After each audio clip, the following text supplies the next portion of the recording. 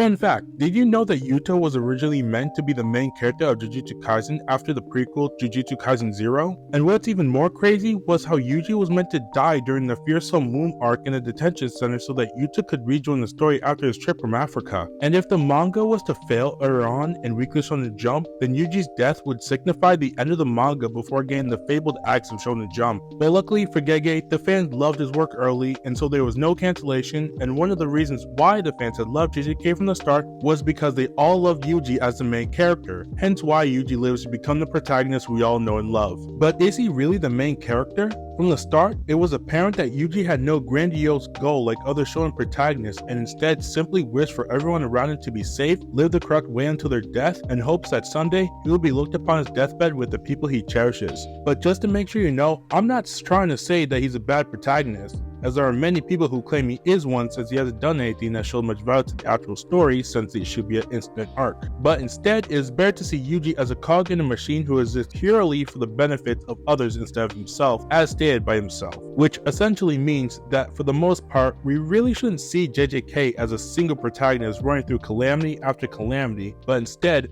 multiple characters working together in tandem for a singular goal. Of course though, you have characters like Gojo who managed to steal the show and practically became the main characters by constantly upstaging Yuji. But this really shows you how well Gege is developing each side character, making sure that each one has a chance to bask in the spotlight. With the best example besides Gojo being Maki. Maki is a character that has had one of the greatest development in the series, and Toji being brought into the story gave her a set criteria that she had to eventually meet if she truly wanted to flourish in the Jujutsu world. And it is because of these substantial character arcs for each one that brought different types of values to the story that would have never been applied if the plot was more based around Yuji and the others weren't given much attention. So overall, while it is true that Yuji is the main protagonist and obviously will have his moments that will truly shine when they appear, and as in now in the manga he is about to reveal this special moment, it should be noted that this story is less about him being the star, it's more of everyone working together as a group to complete certain objectives, or everyone individually growing their strength, knowledge, and tactics to complement each other's weaknesses. Whether that being the battle ahead or the very story itself. Subscribe for more anime and manga content.